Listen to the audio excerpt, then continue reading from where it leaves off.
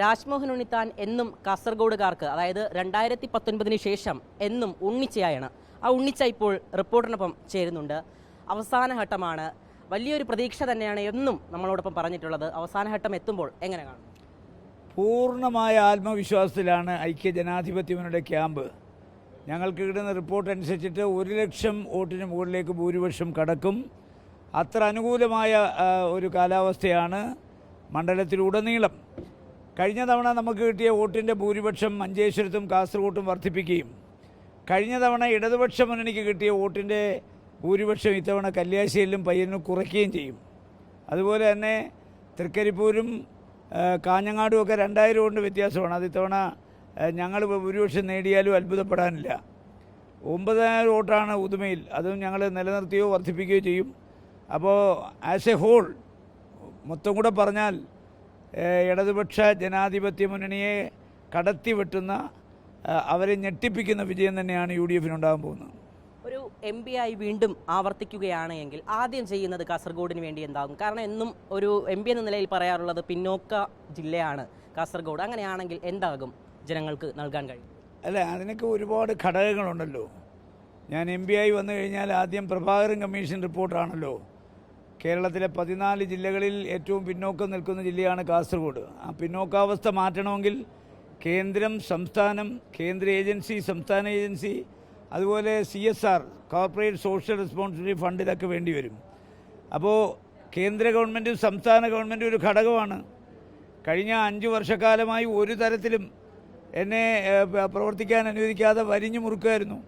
പിന്നെ എന്നെ ഇരുത്തിക്കൊണ്ടാണ് ഈ ഗവൺമെൻറ് മന്ത്രിമാരൊക്കെ അങ്ങോട്ട് വാനോളം പരസ്പരം പുകഴ്ത്തുന്നത്. സൈക്കഫൻസ് വളരെ കൂടുതലാണ്. ഞാൻ ആത്മസംയമനം പാലിച്ചിട്ടാണ് ഞാൻ ഈ 5 വർഷം ഇവരുമായി സഹകരിച്ചു പോയത്. ഞാൻ ഗവൺമെൻറ്റിനെതിരെയോ ഇവർക്കെതിരെയോ ഒന്നും ഒരു വിമർശനത്തിന് പോയിട്ടില്ല. കാര്യം അവിടെ ഒരു രാഷ്ട്രീയ കാര്യങ്ങളൊക്കെ എനിക്കറിയാമല്ലോ. അതുകൊണ്ട് ഞാൻ പോകാഞ്ഞ്. അതുകൊണ്ട് ഞാൻ പറഞ്ഞത്, കാസർഗോഡ് ജില്ലയിലെ പിന്നോക്കാവസ്ഥ സമസ്ത മേഖലകളും മാറ്റുക എന്നുള്ളതാണ് എൻ്റെ ദൗത്യം. ടൂറിസത്തിന് അനന്ത സാധ്യതകളുണ്ട്. ഇപ്പം നീലേശ്വരം തൊട്ട് നമ്മുടെ ഏഴിമലയിലുള്ള കായൽ തീരങ്ങൾ അതിമനോഹരമാണ്. കുമരകത്തെക്കാൾ എത്രയോ ബ്യൂട്ടിഫുള്ളാണ്.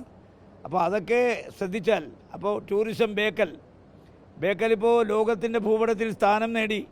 ആ ബേക്കലേക്ക് കൂടുതൽ ആളുകൾ വേണമെങ്കിൽ നമ്മുടെ എയർ സ്ട്രിപ്പ് ശരിയാവണം പെരിയയിൽ. അപ്പോൾ അവിടെ അത് കൊണ്ടുവരണം. പിന്നെ അതുപോലെ തന്നെ ഒരുപാട് പാർക്കുകൾക്ക് സ്ഥലമുണ്ടല്ലോ. ഒരുപാട് സ്റ്റാർട്ടപ്പുകൾക്ക് സാധ്യതയുണ്ട്. ഒരുപാട് പാർക്കുകൾ എന്ന് പറഞ്ഞാൽ IT പാർക്ക് ഒരു നോളജ് സിറ്റിയാക്കി കാസർഗോഡിനെ മാറ്റാൻ കഴിയുമെങ്കിൽ മാറ്റണം. കാര്യം നമ്മുടെ മുഴുവൻ വിദ്യാഭ്യാസ സ്ഥാപനങ്ങളും ആരോഗ്യ സ്ഥാപനങ്ങളും നമ്മുടെ മംഗലാപുരത്താണ്. ഇവിടെ സർക്കാർ സർവീസിൽ മിക്കവാറും പോസ്റ്റുകൾ ഒഴിഞ്ഞു കിടക്കുകയാണ്. ആർക്കും താല്പര്യമില്ല. കാര്യം ഇവിടെ ഹോസ്റ്റൽ സൗകര്യമില്ല, കുട്ടികളെ പഠിപ്പിക്കാൻ നല്ല കോളേജുകളില്ല, സ്കൂളുകളില്ല, അവർക്ക് അക്കോമഡേഷൻ കൊടുക്കാൻ പറ്റുന്നില്ല. അപ്പോൾ ഇവിടുത്തെ ഡോക്ടർമാരുടെ തസ്തിക, നഴ്സുമാരുടെ തസ്തിക, panchayat, village office, taluk office, collectorate വരെ ആളില്ല. കാര്യം കാലാകാലങ്ങൾ വരുന്ന ഗവൺമെൻറ്റുകളെ സ്വാധീനിച്ച് ഡെപ്യൂട്ടേഷൻ വാങ്ങിച്ച ആളുകൾ പോവുകയാണ്.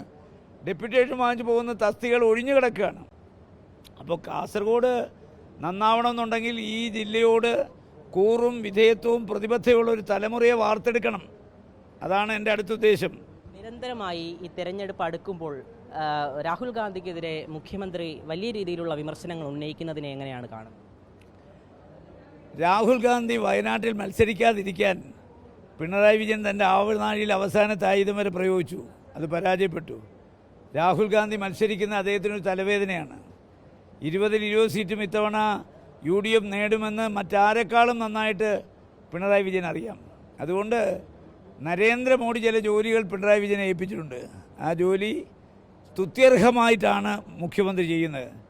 രാഹുൽ ഗാന്ധി അപമാനിക്കുക, അവഹേളിക്കുക, അപകീർത്തിപ്പെടുത്തുക, അതിനേത് തലം വരെയും പോവും.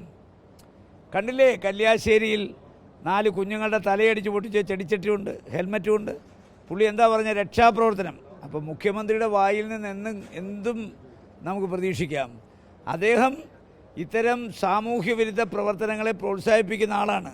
അതാണല്ലോ നിലമ്പൂർ MLA പറഞ്ഞതിനെ അദ്ദേഹം പ്രോത്സാഹിപ്പിച്ചല്ലോ. അപ്പം അദ്ദേഹത്തിൻ്റെ അടുത്ത് നിങ്ങൾ ചോദിക്കണം, 8 വർഷമായില്ലേ മുഖ്യമന്ത്രിയായിട്ട്, സംസ്ഥാനത്തിൻ്റെ സാമ്പത്തിക നില എന്താണ്?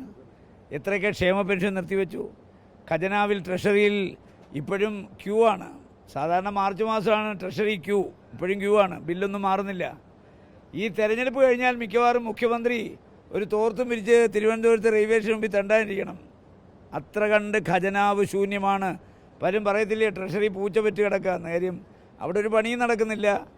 സംസ്ഥാന ഗവൺമെൻറ് ഈ കാലണയ്ക്ക് പോക്കില്ല. അതെന്തുകൊണ്ടാണ്?